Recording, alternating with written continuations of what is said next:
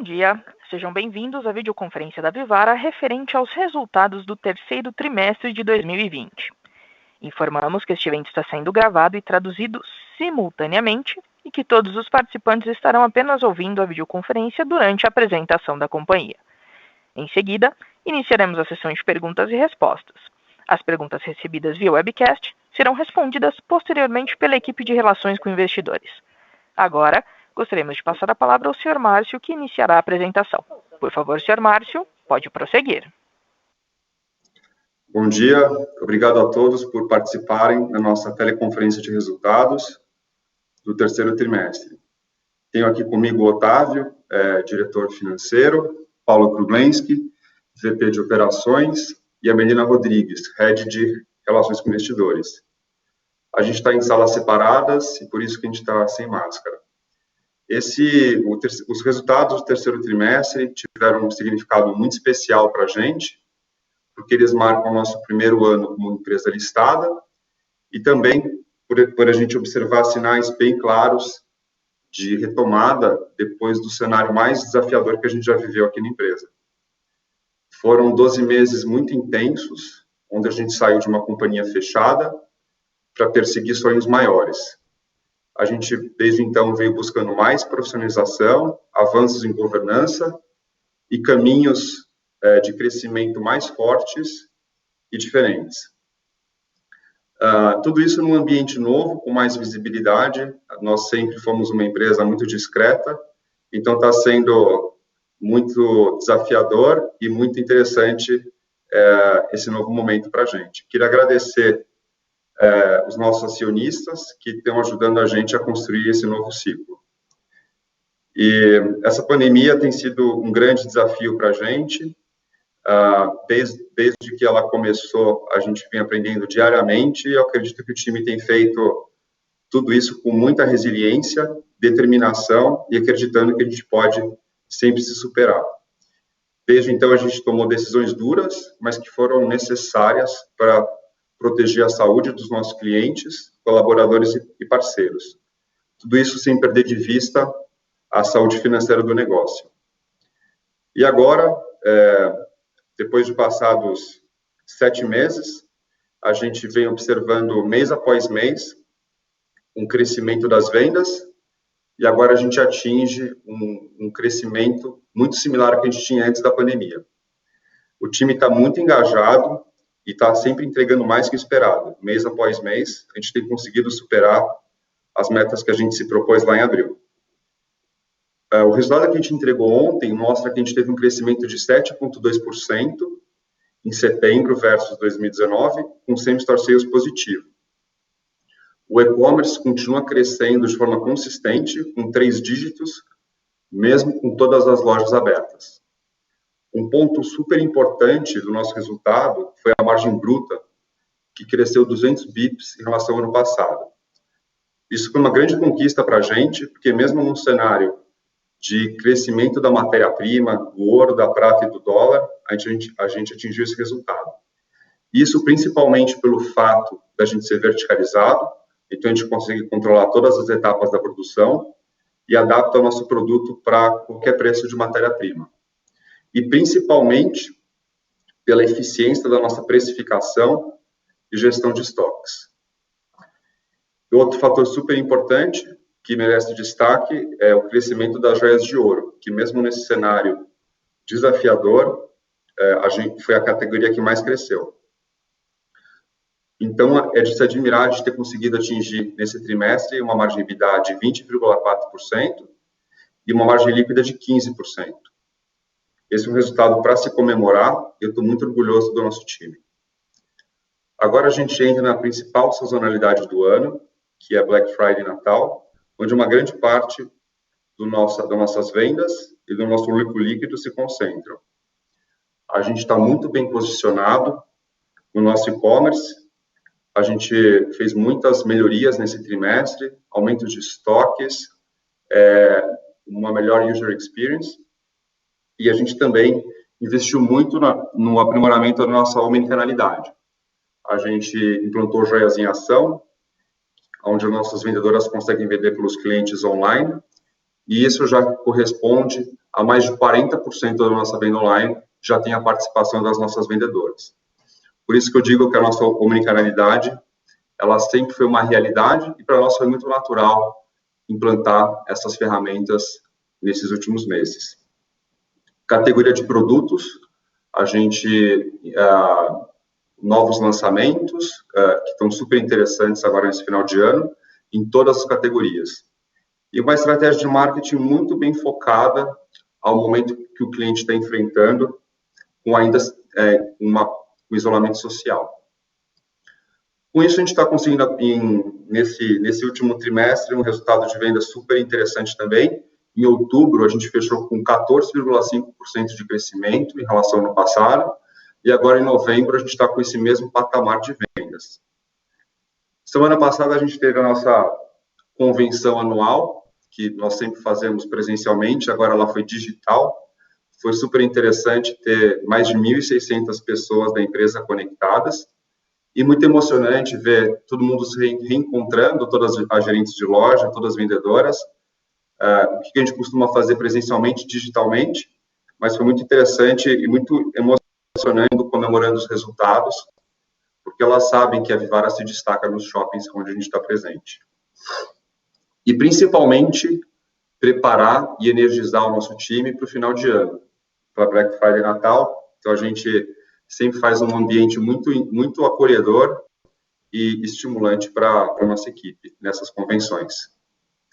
Nosso foco em projeto de longo prazo também está muito interessante e estimulador para a equipe. Ano que vem, a gente vai abrir entre 40 e 50 lojas de Vivara e Life. Um outro plano é aprimorar ainda mais a marca Life, uma melhor operação de lojas, bem focada e diferente da Vivara, uma experiência totalmente focada em Life, treinamentos específicos, onde a gente consegue treinar a equipe em cada detalhe do produto Life, e uma renovação estratégica de marketing e produto para a gente conseguir alavancar mais as vendas, uma gama maior de produtos para a gente conseguir crescer mais a marca Life.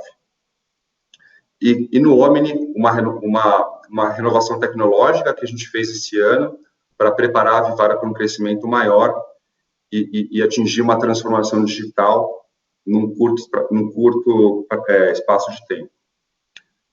Tem sido um ano muito desafiador até aqui, mas a gente está muito feliz com os resultados obtidos, devido a todos esses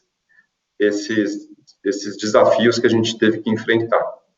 A gente continua muito bem posicionado para as oportunidades de consolidação e preparado para reforçar a nossa liderança de mercado. Agora eu passo a palavra para o Otávio, que vai comentar os números do trimestre. Obrigado, Márcio.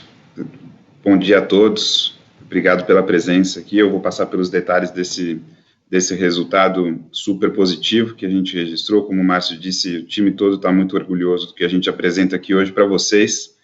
A gente, começando pelo slide 3 aqui, a companhia registrou receita bruta de 308,1 milhões, com estabilidade contra o ano passado, caindo apenas 0,2%, com destaque para o desempenho das lojas físicas, que registraram 234,3 milhões, caindo ainda 16,5% contra o mesmo período do ano passado, e o e-commerce, que ainda cresce, 3 dígitos, aceleradamente, quase triplicando de tamanho ainda, registrando 70,6 milhões no período, crescendo 182%, com share aqui no trimestre de 23 pontos percentuais da nossa receita ainda, se estabilizando num patamar mais confortável aqui pós-pandemia, pós-reabertura das lojas, estamos com quase a totalidade das lojas abertas, apenas uma ainda resta fechada. Receita líquida no período teve crescimento de 1%, com 242,6 milhões no período, aqui com same-store sales de 3,9 negativo, considerando o e-commerce. Esse crescimento, ele é pautado principalmente num crescimento na vertente de preço, a gente vem repassando o preço e a gente vai falar disso um pouco mais quando falarmos de rentabilidade dessa venda, né, e a gente vem, né, já desde meados do ano passado, o segundo semestre do ano passado, repassando gradualmente preço. Após o aumento deste início de ano, a gente continuou repassando preços gradualmente e protegendo a rentabilidade, né. Aqui, importante ainda destacar a evolução que a gente teve no mês a mês, né, a gente, assim como no segundo trimestre, a gente continua acelerando o crescimento de vendas no mês após mês, né, então com destaque para o mês de julho, que havíamos antecipado a vocês na divulgação do trimestre passado, né, os menos 10,3% aqui ainda, com 214 lojas, né, abertas, né, para setembro, onde a gente apresenta já uma evolução mais forte, um crescimento de 7,2%, e o desempenho de outubro aqui, que foi, né, marcou novamente mais um mês de aceleração, agora 2 dígitos de crescimento, 2 dígitos de same-store na casa de 10%, né, o que deixa a gente bastante animado para a entrada nesse grande período de sazonalidade, né. Acho que ainda reforço o desempenho da Vivara no contexto do mercado de joalheria, que nesse mesmo período teve queda reportada de 20%. Né? Então, a Vivara, nos últimos trimestres todos, né, veio ganhando share de mercado, né, desempenhando, né, e crescendo mais do que o mercado de joalheria, e durante a pandemia sofremos menos que o setor como um todo. Né? Olhando aqui para o destaque de mix, né, acho que, assim como a tendência apresentada no trimestre anterior, a gente continua expandindo o share de joias na receita, principalmente pelo maior share de joias dentro do e-commerce, pelo programa Joias em Ação, e a gente vai mostrar isso em detalhes. Então, joias ganham no período 5,2 pontos de share para 56,9, né, e tira share aí da receita tanto de relógios, contribuindo ainda mais para a rentabilidade, que está perdendo, né, 2,2 pontos percentuais, e de Life também, neste contexto de início de expansão, de substituição de quiosques por lojas, que ainda perde 2,7 pontos percentuais da receita.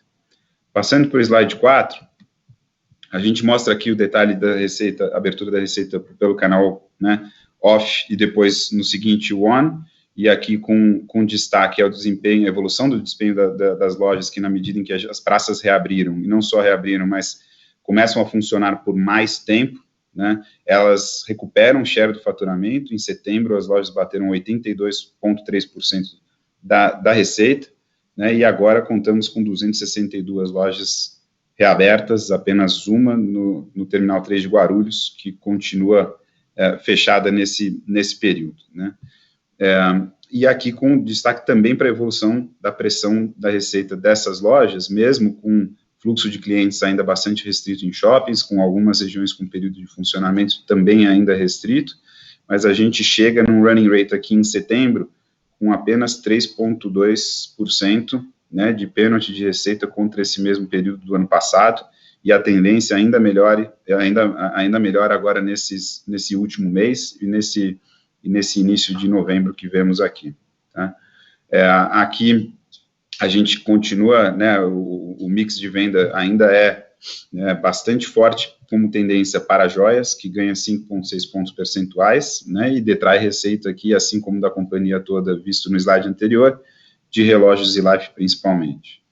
Passando para o slide 5, aqui mostramos, né, essa acomodação que eu falei do próprio e-commerce, né, ele se estabiliza agora, entrou no trimestre ainda representando 1/3 das vendas, né, e agora em setembro representou, né, 16,4% das vendas, tendência bastante similar ainda ao que a gente viu acontecer no mês de outubro. Aqui a gente tem diversas ações da administração da companhia como um todo para a gente ganhar eficiência no e-commerce, além das que a gente já fala bastante, né, do programa do Joias em Ação, do suporte de tecnologia para embasar toda essa nova plataforma, mas a gente evoluiu na habilitação aqui de alternativas mais convenientes para os nossos clientes. A gente habilitou o Same Day Delivery com a Log aqui em São Paulo, né, isso contribuiu bastante para a redução do prazo médio de entrega e para esse ganho de conveniência, para esse ganho de satisfação que a gente está vendo no período. A gente trouxe também na direção de ter menos dependências, né, dessas entregas nossas de correios e na diversificação dos serviços, né, que a gente presta nas diferentes regiões do país. a gente veio diversificando as transportadoras, os prestadores de serviço que nos atendem, trazendo, enfim, nomes conhecidos, né, Transfolha, Jadlog, em diferentes regiões, e apostando também neste ganho de eficiência e custo para nós nesse último trimestre. Foi uma evolução bastante interessante que vimos acontecer aqui ao longo desses últimos meses. Então, conseguimos com isso reduzir o custo unitário de frete, né, com tendências ainda melhor por vir na medida em que a gente, né, ganhar mais escala ainda e reforçar essas parcerias, reduzindo o tempo médio de entrega e retomando agora nos 2 últimos meses, já 3 com outubro, né, o pick-up in store, que obviamente estava inabilitado com as lojas todas fechadas, né. Vale reforçar também a subida do site novo, para quem, né, já teve a oportunidade de ir lá dar uma espiada, o site melhorou muito, né, é um site focado na experiência do cliente, é um site com uma busca, né, um algoritmo de busca muito melhorado, ficou muito mais fácil buscar o teu produto e não importa agora o device que está sendo utilizado, né. Então, essa era né, uma deficiência que carregávamos no passado e que, né, a gente já tinha, né, sinalizado que vínhamos corrigindo isso ao longo do tempo, e agora a gente carrega uma experiência também bastante mais agradável e bastante mais assertiva para os nossos clientes. A gente vem trabalhando, né, clusterização mais eficiente dos clientes, melhorando a maneira com que a gente se comunica com esses clusters diferentes, e com isso a gente vai ganhando eficiência ao longo do tempo, e nisso a gente ainda tem bastante a evoluir. Né? Passando agora para o slide 6, aqui a gente mostra, né, a razão desse ganho de relevância de joias para nós, né, a categoria que vem puxando o crescimento da companhia nesse trimestre, ou a recuperação de vendas nesses últimos trimestres, que é a categoria de joia, e o porquê que ela acontece, né? O e-commerce cresce quase 3 vezes, né, e cresce com quase 20 pontos adicionais de mix de joia em ouro, né, e isso faz com que, obviamente, a rentabilidade do canal aqui também melhore bastante, e acontece principalmente pelo destaque que o Márcio reforçou, né, o Joias em Ação, que começou o trimestre representando um pouco menos de 30% das vendas do online, né, e encerrou o trimestre em setembro representando quase 46% das vendas do online, né, com 70% de share de joias nessa venda assistida, nessa venda direta. Então, isso continua a carregar essa maior relevância do canal digital para nós, para a Vivara, né, e vai certamente sustentar esse patamar elevado frente ao share de e-commerce que a companhia tinha no pré-pandemia, que estava girando na casa de 8% do faturamento. Né. E passando para o slide 7, agora a gente mostra, né, a evolução do lucro bruto e da margem bruta. A companhia registrou 169,3 milhões de lucro bruto, crescendo aí quase 4% contra o mesmo período do ano passado, e mais importante, ganhando 2 pontos percentuais de rentabilidade, né, para 69,8% de margem. Aqui acho que é o reflexo puro da adequada, né, política de precificação da companhia, desses repasses pontuais e dessa dinâmica de como a gente antecipa esse ganho que está implícito nos nossos estoques, né, e a gente vem protegendo rentabilidade, né, e de forma eficiente aqui, com boas tendências não só no trimestre, como a recuperação da tendência do acumulado do ano. Né. Já no segundo trimestre a evolução foi bastante significativa, e agora a gente entrega de forma consistente aqui resultados robustos, não só de vendas, mas com boas tendências de rentabilização. Aqui a gente ainda ganha rentabilidade, né? Esse ganho de rentabilidade vem diretamente da eficiência no custo do produto unitário, desse bom trabalho, não só da política de precificação, mas da gestão de mix de vendas, né? De mix de produtos nas subcategorias. Com isso, a gente ganha quase 2,4 pontos percentuais, né, de eficiência de custo né, no trimestre, contra o mesmo período do ano passado, né, e perde um pouco ainda pela maior relevância das despesas da fábrica. Se recordam, nos trimestres anteriores, a gente abriu um pouco mais essa informação e a gente carrega despesas adicionais que antes eram classificadas como despesas, e agora a gente enxerga isso dentro do custo total da companhia, prejudicando a comparação entre períodos. Né. Mas o importante é que a gente continua a ganhar eficiência de custo, e isso continua a garantir essa evolução de rentabilidade. Agora, passando para detalhes das despesas, no slide número 8, aqui a gente mostra a tendência da evolução com as despesas com vendas, né, elas foram 79 milhões aqui no período, né, caindo aqui 0,4% contra o ano passado, então uma boa tendência, um reflexo principalmente, né, da adesão à Lei 14.020 de 2020, né, a antiga MP 936, com redução das jornadas de trabalho e aí ainda, né, com esse benefício de aproveitamento que se estendeu aqui para nós na Vivara, né, até meados do 4º trimestre. Então, a gente vai continuar aqui a apresentar, né, ganhos com esta frente, né, e obviamente, no início do período de 2021, a gente deve voltar a patamares normais de despesas com o pessoal aqui, sem o benefício da adesão à lei.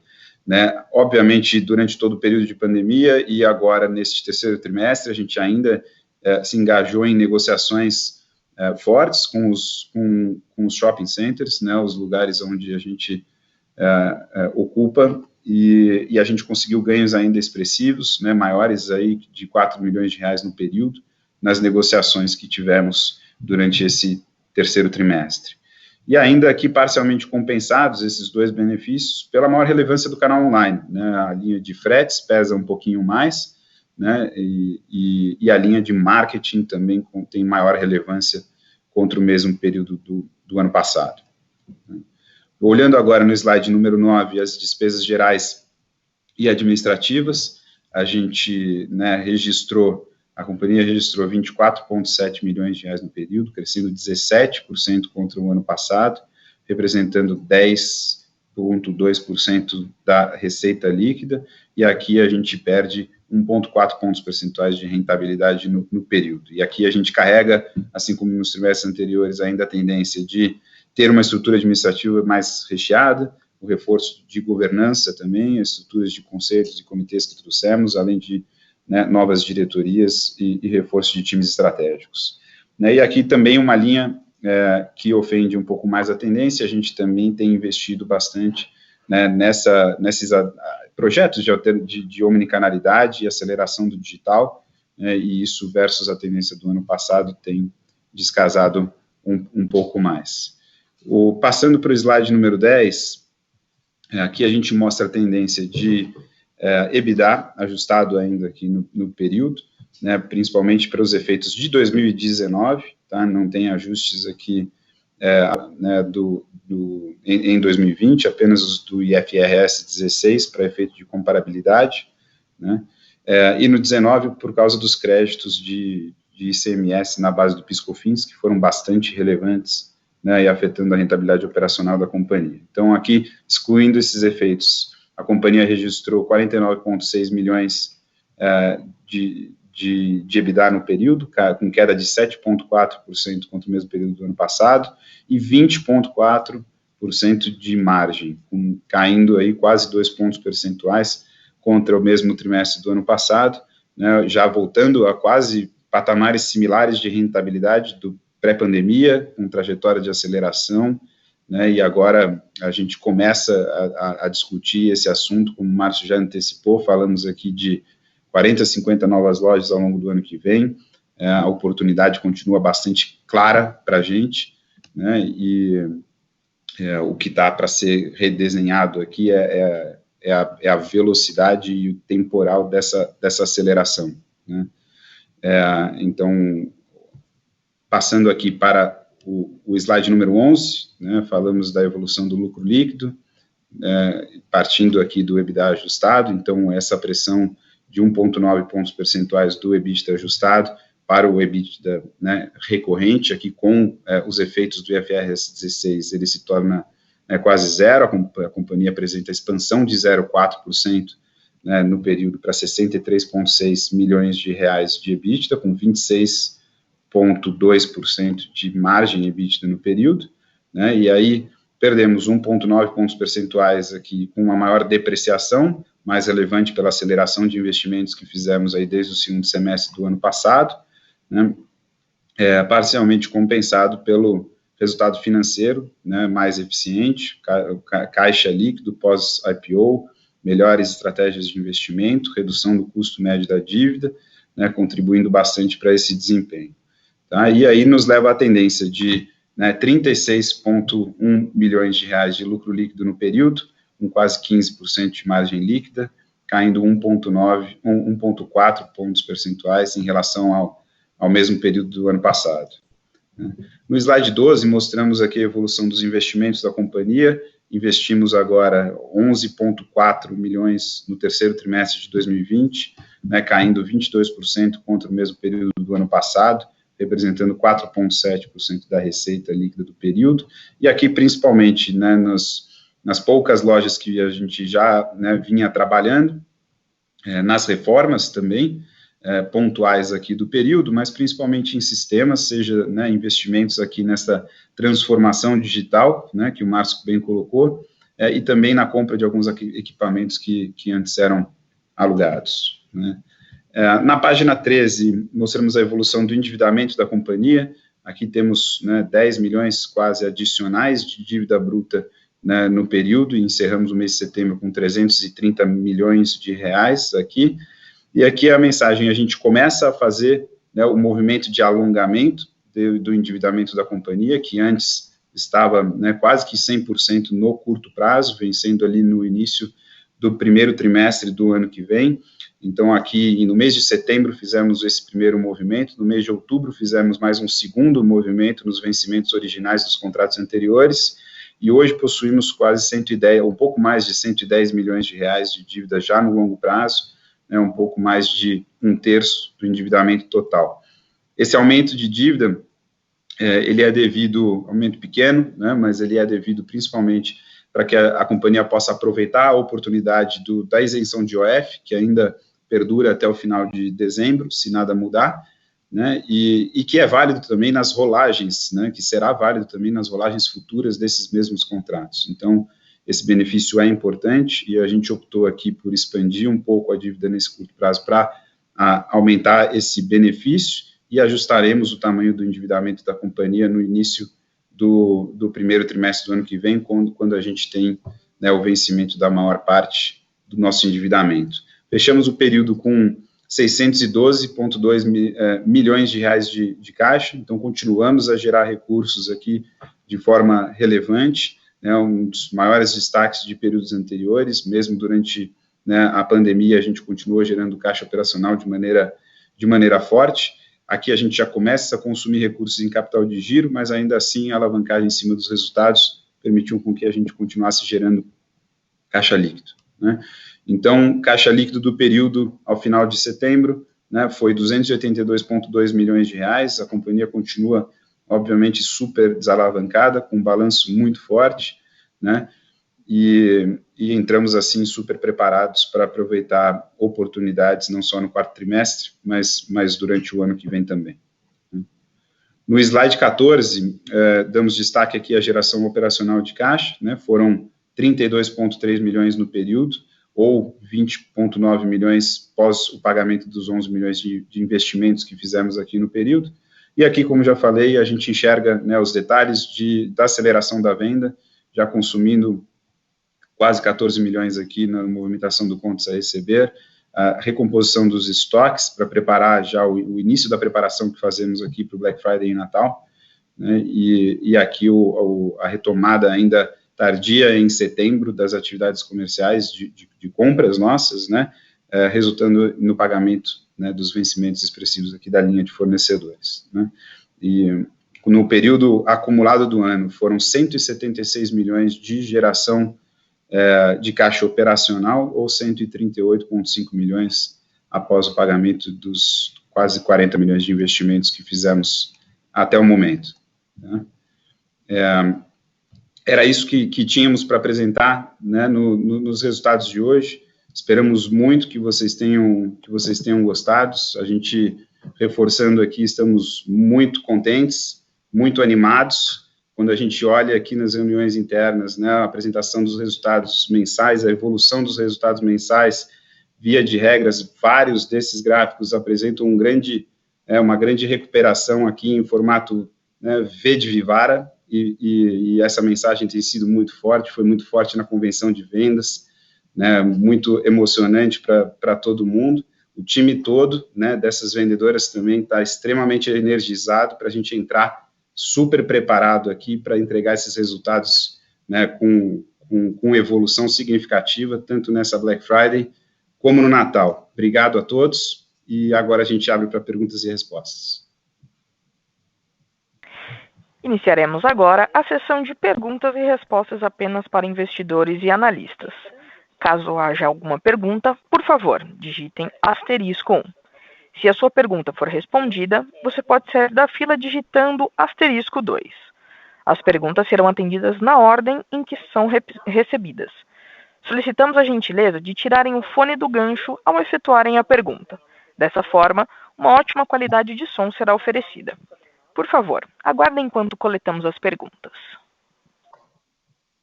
Nossa primeira pergunta vem do senhor Gabriel Simões, Itaú BBA. Pessoal, bom dia. Obrigado por pegar minha pergunta. Eu tenho duas, na verdade, aqui. Então, a primeira é com relação ao crescimento do mercado, né? Então, o Otávio comentou aqui que o mercado caiu uns 20% agora nesse período, então o crescimento de vocês parece ter vindo de ganho de share, mas aí queria entender pensando para frente, tá? Então, com essa volta das lojas que a gente tem visto, esse crescimento agora de 14,5% de vendas de vocês, que vocês reportaram agora para outubro, parece bastante impressionante aqui já na nossa visão, né? Então, a gente queria entender como é que o mercado está crescendo agora nesse quarto trimestre, e nesse movimento aqui desse trimestre seguinte, quanto desse crescimento que vocês estão tendo vem de mercado, quanto é ganho de market share, já se a dinâmica mudou um pouco do terceiro trimestre, pensando no mercado com a volta de loja física. E a segunda pergunta é com relação ao M&A, tá? Então, com a crise aqui, a gente já esperava ver os players menores sofrendo mais, então queria entender como é que vocês estão vendo aí o setor em termos de consolidação. Então, se vocês veem um cenário para o setor aquecido em termos de M&A, e se vocês pensam aí para a companhia potencialmente em fazer algo nesse sentido também, não só fazer o crescimento de maneira orgânica. Obrigado. Obrigado, Gabriel, pela pergunta. Ou pelas perguntas, começando pela sua primeira pergunta aqui, a gente realmente traz dados, né, históricos de base confiável aqui, a gente usa o relatório da Cielo para nos balizar nesse ganho de share histórico que eu mencionei. Infelizmente, a gente não enxerga dados aí desse quarto trimestre, ele tem um lag de publicação e a gente não traz ainda, né, as informações referentes a outubro, por exemplo, né, mas eu acho que pela tendência histórica e pela performance da companhia, pela tendência histórica do setor, né, e pela performance da companhia nesses últimos tempos, eu acredito que esse ganho de market share, ele perdura ainda, né, e ele deve perdurar para frente. Eu acho que essa dinâmica, né, da nossa escala e do nosso benefício pela escala que temos aqui em carregar estoques, né, abundantes, poder repassar esse preço de forma mais gradual do que a maior parte do mercado, isso ainda nos garante, né, uma vantagem estratégica, né, e principalmente nesse momento em que os preços ainda sobem muito, né, acho que ouro, últimos 12 meses, em torno de 70%, né, a prata chegou a subir 120%, agora está ali um pouco na casa, né, mas está o dobro do que estava, né, há um ano atrás, né, e isso, obviamente, traz um benefício para os players um pouco maiores, como nós e outros, mas para o desempenho nesse período. Quanto a M&A, eu acho que, assim, a gente sempre de ouvidos abertos a, né, excelentes oportunidades. Aqui a gente reforça a mensagem de que, né, o foco nosso no curto prazo está na reaceleração da expansão física da companhia, na expansão orgânica da companhia, pela abertura de lojas Vivara e pela abertura de lojas Life, para que a gente ganhe massa, principalmente nesse segundo nome, ganhe analytics para poder, né, direcionar melhor esse crescimento e vá ocupando mais espaço com retornos super atraentes, né? A gente enxerga um certo agito nessa realidade de inorgânica, né, no setor de varejo como um todo, né, e no nosso também, né, mas eu acho que a gente, né, está centrado aqui em entregar a nossa lição de casa, que já é bastante grande, mas sempre atentos aí a oportunidades que possam vir, tá? Não tem nada diferente, do que a gente veio comunicando ao longo dos últimos trimestres, né, nesse período. E o Márcio quer me complementar?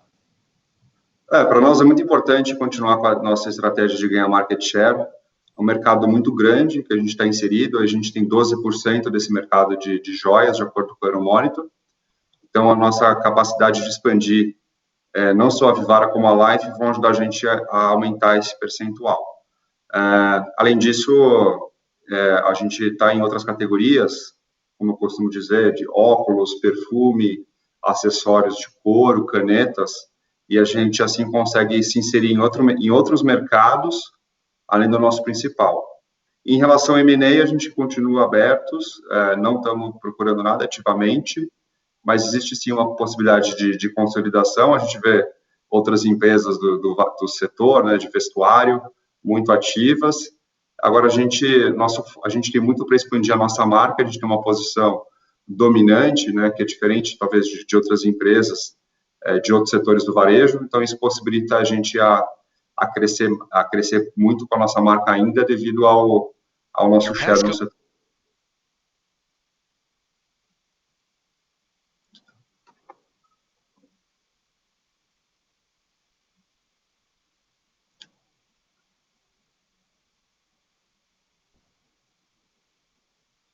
Com licença, senhores palestrantes, podem prosseguir.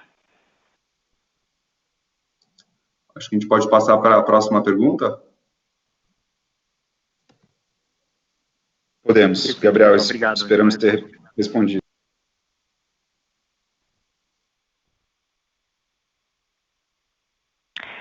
Nossa próxima pergunta vem da senhora Daniela Iyer, XP Investimentos. Bom dia, pessoal. Obrigada pela pergunta e parabéns pelo resultado. Eu tenho algumas perguntas. A primeira é um pouco retomando essa questão da evolução da margem bruta, né? Realmente é surpreendente o trabalho que vocês estão fazendo para proteger, inclusive até expandir, dado o aumento recente das matérias-primas. Queria entender como que vocês veem essa evolução para frente. E aí também isso combinada a margem EBITDA, uma vez que vocês têm visto, né, as vendas se recuperando. Se a gente pode começar a imaginar que, eventualmente, no quarto trimestre ou no ano que vem, como vocês estão pensando na tendência de margem EBITDA. E aí também um pouco, né, nessa questão da recuperação de vendas, se você puder dar um pouquinho mais de cor de como tem evoluído as vendas ao longo desse novo trimestre, né, do quarto. Vocês comentam que tem melhorado gradualmente. Uma coisa que realmente surpreende é que o e-commerce de vocês segue bastante sólido. Acho que a iniciativa das joias em ação foi muito acertada, tanto para trazer fluxo quanto para ajudar em mix. Então, como que isso tem evoluído? E se eu puder fazer uma última pergunta, um pouco na questão, não necessariamente de M&A, né, mas em expansão, se vocês puderem dar um update da expansão de uma nova marca mais focada em classe mais baixa, se vocês, enfim, pausaram um pouco esse projeto, dada toda, né, a pandemia, e como isso está evoluindo. Obrigada. Legal. Obrigado, Daniela, pelas perguntas. Né, falando aqui sobre a rentabilidade bruta e como a gente tem, né, se protegido a esse aumento. Eu acho que vale começar pela parte natural do comportamento, né? Assim, acho que a gente vem apresentando essa tendência, né, já desde o segundo semestre do ano passado, né, em que nessa dinâmica de aumentos mais inclinados do preço da matéria-prima, seja pelo dólar ou pelo preço da matéria-prima em dólar mesmo, a gente tem esse benefício de acompanhar o mercado em algumas categorias específicas, que são mais elásticas a preço, né, e ser mais espaçado, né, e fazer repasses mais espaçados de preço em algumas outras categorias onde a gente tem vantagem, né. Existe a dinâmica de lançamentos, né, que a gente vem destacando, que contribuem para essa rentabilidade. Os novos lançamentos, eles vêm precificados a um markup fixo no preço de reposição do metal, e na medida em que a gente refresca o nosso portfólio, a gente também ganha rentabilidade nessa inserção de novos produtos. E aí, né, eu enxergo esta evolução, essa realização no curto prazo desse ganho que está no nosso estoque, pelo custo médio ainda reduzido, né, a gente ficou sem comprar durante praticamente o período da pandemia, o período em que a fábrica esteve fechada, né, a gente fechou a fábrica ali no finalzinho de março, né, e retomamos a operação mais para o final do segundo, né, do segundo trimestre, e com isso a gente preservou um custo médio ainda bastante inferior, dado, né, a inclinação dessa precificação do ouro. Então, a nossa preocupação em relação a preservar a rentabilidade, na verdade, ela começa muito mais agora, né, nesse quarto trimestre para frente, do que nesse período anterior, na medida em que agora, nessa grande sazonalidade, e durante todo o ano que vem, né, a gente não só gira bastante produtos no estoque, e aí, obviamente, carrega o nosso custo médio com valores mais altos, né, de produtos, né, e a gente também volta a recomprar ouro recorrentemente, mês a mês, né, na medida que a gente precisa, em patamares ainda super elevados frente ao custo médio. Tá? Então, a comparabilidade que a gente tem no quarto trimestre do ano passado é bastante forte nesse sentido. A gente tem um desafio de preservação de rentabilidade já nesse evento de grande sazonalidade, mas vale destacar, né, o volume dessa antecipação. Então, a gente ganha margem agora, com margem aqui na casa de 70%, com margem em setembro, por exemplo, girando, né, em quase 73%. Né, então, a gente realiza um pouco mais agora para absorver parte desse impacto, né, nos períodos subsequentes. Como expectativa, eu acho que, né, a gente deve encerrar o ano aí com uma margem ao redor dos 68%, né,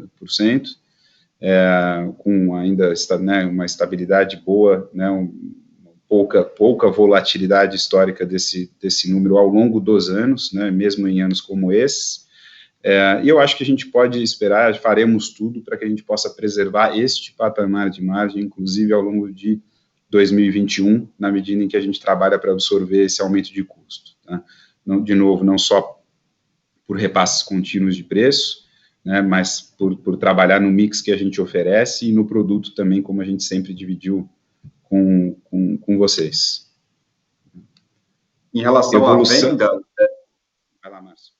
Posso pegar? Em relação à venda, a gente tem evoluído em todas as categorias. No terceiro TRI, a gente teve um crescimento maior de ouro, como vocês puderam ver, mais do que, né, prata e relógios. Agora, no quarto TRI, a gente consegue ver relógios e prata acelerando a um nível maior do que a gente teve no terceiro TRI. Então, não só o ouro, que continua crescendo mais do que as outras categorias, mas agora a prata e o relógio também. Então, o que a gente vê agora nesse quarto TRI é uma aceleração maior de tudo, né? Então, como no terceiro TRI a gente fechou com vendas praticamente iguais a 19, agora a gente está com um crescimento de 14,5. Então, esse crescimento vem bem distribuído. O e-commerce continua crescendo 3 dígitos, então ele realmente acelerou mais no segundo trimestre, e agora no terceiro e no quarto ele está estável aí na faixa de 150% de crescimento, e a gente não vê daqui para frente, nos próximos meses, uma alteração nessa proporção entre e-commerce e loja. A gente acredita que vai ficar muito próximo desse patamar. O que a gente vê que me deixa bem animado é essa aceleração maior que a gente está vendo no Life. Foi uma categoria que cresceu menos do que o ouro, e como a gente está com muitas ações específicas para Life, agora que a gente está conseguindo entrar mais no detalhe da operação, para garantir que ela está bem focada no cliente Life, que é diferente do cliente Vivara. Os treinamentos de Life, então, a gente tem um book de treinamentos muito mais detalhado do que a gente tinha antes. Então, e a operação, né, a remuneração das vendedoras, a gente está deixando ela mais estimulante para a equipe, e também coleções e marketing muito mais assertivos, no sentido de ser um marketing para todos. Então, as últimas campanhas que a gente fez, a gente trabalhou bem essa questão da diversidade, de uma joia para a vida, para todos, e isso já está trazendo um retorno maior do que a gente viu no terceiro TRI. Em relação à expansão, a gente vê uma oportunidade grande de retomar a velocidade que a gente vinha executando a expansão no pré-pandemia. O Márcio comentou da gente abrir 40 ou 50 lojas, de 40 a 50 lojas o ano que vem, tanto das marcas Vivara e Life. Vivara, a gente acredita em entrar em praças que hoje a gente ainda não está presente. O mercado aceita muito bem a marca e grandes oportunidades estão aparecendo com vacância em shopping e nesse momento de retomada. A Life, essa retomada que o Márcio comentou e tanto a revisão que a gente está fazendo de mix, de conceito, fomenta a gente voltar a ter uma aceleração muito grande com a abertura de lojas. E em relação à marca Sena, hoje a gente tem 12% de share. Esse mercado, se ele existe, é um mercado que está aí e a gente está estudando todas as oportunidades. Que nem vocês perguntaram se está aberto a M&A, ou a gente também vem estudando tanto o mercado para cima quanto para baixo. São oportunidades, o objetivo é a gente consolidar o mercado e crescer organicamente ou com outras marcas, mas a possibilidade do mercado de consolidação é grande em virtude do share que a gente vê muita possibilidade ainda. Está super claro. Obrigada e parabéns de novo pelo resultado. Obrigado, Daniel. Nossa próxima pergunta vem do senhor Eric Wang, Eleven Financial. Bom dia, pessoal. Obrigado por pegar nossas perguntas e parabéns pelo resultado. Na verdade, do nosso lado, a gente queria entender um pouquinho mais se vocês poderiam dar um pouco mais de visibilidade com relação a essas aberturas de lojas no ano que vem, né? Se você já tem uma ideia de mais ou menos quantos por cento seriam Life, quantos por cento seriam Vivara, e também com relação aí aos contratos, né? Como está o andamento em termos de contratos para essas aberturas, se você já tem alguma parte de contratos fechados, como que está o andamento dessa prospecção aí, por favor. A parte de expansão, a gente pensa em abrir de forma mais perene e escalonada no ano que vem, né? Não concentrando em semestres, tá?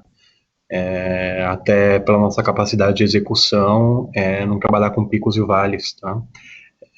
A gente está muito próximo dos shoppings e analisando as aberturas.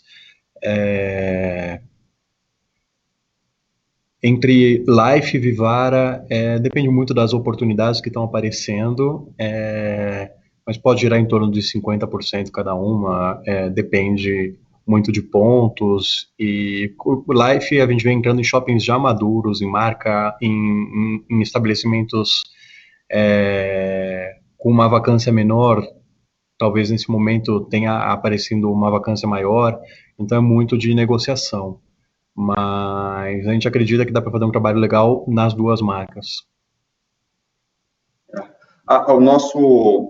Porque para a gente expandir na Vivara é mais fácil, digamos assim, do que para a Life, porque a Vivara, como a gente já está nos shoppings, nos maiores shoppings, é mais fácil da gente achar pontos bons, esquinas boas e corredores bons quando a gente vai abrir uma loja da Vivara. Quando a gente quer abrir uma loja Life, a gente é mais exigente porque a gente está entrando nos melhores shoppings do país. Então, a gente não vai entrar em qualquer ponto que nos ofereça nos melhores shoppings. Então, a gente poderia entrar em mais shoppings Life se a gente quisesse, mas a gente prefere esperar aparecer o ponto ideal. Então, como o Paulo falou, a nossa intenção é abrir metade Life, metade Vivara, mas a gente não achando os pontos ideais para Life, a gente não vai abrir essa mesma proporção para Life. Mas a chance de a gente conseguir atingir esse 50% de Life é muito grande, porque a gente está trabalhando com uma gama de mais de 40 shoppings para abrir Life, então é muito provável que a gente consiga ao menos 25 Lifes, pelo menos entre 20 e 25 Lifes ano que vem. Ótimo, pessoal, super claro, obrigado. Nossa próxima pergunta vem da senhora Olivia Petranilho, JP Morgan. Oi, pessoal, bom dia, obrigada por pegar minha pergunta. Eu tenho 3 perguntas, na verdade. A primeira é, ainda quanto ao plano de expansão, né, acho que a gente está vendo um crescimento ainda bastante acelerado do e-commerce, então eu queria entender se, olhando lá no longo prazo, vocês, essa presença maior do e-commerce muda um pouco a cabeça de vocês do que deveria ser o footprint ideal da empresa, né? A minha segunda pergunta é um pouco olhando para o crescimento, se vocês pudessem falar sobre a performance tanto de preço quanto volume, né? Então, acho que a gente viu um crescimento grande do lado de joias, de ticket médio mais alto, então queria entender como é que foi a performance de volume no TRI. E a terceira pergunta, acho que essa foi uma discussão grande no IPO, e agora que a gente já passou aí um tempo, acho que vocês têm um pouco mais de dado para nos ajudar, mas como é que vocês estão vendo canibalização das lojas standalone da Life versus a loja da Vivara, né, versus o portfólio de Life na loja da Vivara no mesmo shopping? Obrigada. Tá, eu vou buscar responder a sua primeira e a terceira perguntas junto, e aí a segunda eu deixo com o Otávio. Em relação ao crescimento do e-commerce, a gente acredita que agora que ele está nessa faixa de 16%, ele chegou a bater 100%, foi caindo, agora está com 16%, a gente acredita que ele vai estabilizar em algo entre 20% e 25%. No médio prazo. Claro que isso é uma estimativa nossa, a gente nunca ia imaginar que a gente ia estar com 16% esse ano, né? Então, cresceu muito mais do que a gente esperava, mas agora a participação dele caiu mais rápido do que a gente esperava. É impressionante como as lojas já conseguiram atingir esse 85%, mesmo com isolamento social. Então, a gente vê que o ser humano, ele gosta de interagir, os shoppings abriram, eles voltaram para os shoppings. É impressionante ver como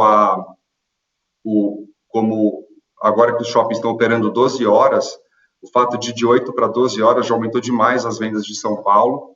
Então, a gente fica muito animado com o fato dos clientes gostarem de tocar no nosso produto para comprar. Então, é uma categoria que realmente a loja física ajuda muito. E eu estou muito animado de ver essa questão da omnicanalidade. Então, hoje, 40% das vendas, né, agora 45% das vendas do site já tem um código de vendedora. Então, me anima muito ver que a gente pode abrir lojas da Vivara em cidades menores e que a gente precisa vender muito pouco para ela se pagar, né? Se eu vender 1,5 milhão, 2 milhões, essas lojas, elas se pagam. E a gente acredita que o fato de a gente estar com essa omnicanalidade muito azeitada vai ajudar a gente a tornar essa loja mais rentável, porque as vendedoras vão poder vender ou no site ou na loja. Então, a gente vê muito mais como uma agregação de valor entre os canais. O fato da gente precisar de vender muito pouco não assusta em nada a gente para crescer mais. Seria um risco se a gente tivesse uma margem bruta pequena, né? E um nível de despesa muito alto. Como a gente não tem, a viabilidade de a gente abrir em shopping lojas, em cidades pequenas, é de fato muito atraente. Então, por isso que a gente não muda nosso plano no longo prazo. O que pode haver é esticar um pouquinho esse tempo, devido a esse crescimento maior do e-commerce do que a gente esperava. Mas o plano está aí, né? O fato da gente ter pouca concorrência deixa a gente muito animado com esse crescimento de lojas físicas no longo prazo. O Otávio, se pudesse pegar agora a segunda pergunta, ou não sei se a Olivia queria repetir. Não, eu pego aqui, Márcio, a segunda pergunta era com referência à tendência de volume que a gente viu nesse trimestre, com os repasses de preço que fizemos. E aqui, no trimestre fechado, companhia como um todo, a gente perdeu cerca de 14% de volume nesse trimestre, né? E aí, com a componente de preço, mais do que compensando esse efeito, né? E aí, como eu falei, né, com destaque principalmente em joias, que tem uma elasticidade muito menor, né, de preço, né? Então, a gente vê preço de joias crescendo aí na casa de 20%, perdendo menos de 10% de volume.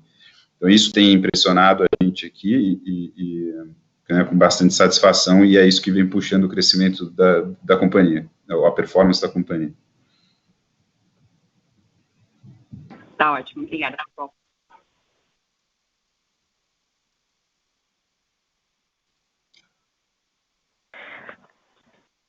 Não havendo mais perguntas, gostaria de passar a palavra para o senhor Márcio para as considerações finais. Por favor, senhor Márcio, pode prosseguir. Obrigado pela presença de todos. Tem sido um ano muito interessante para a gente.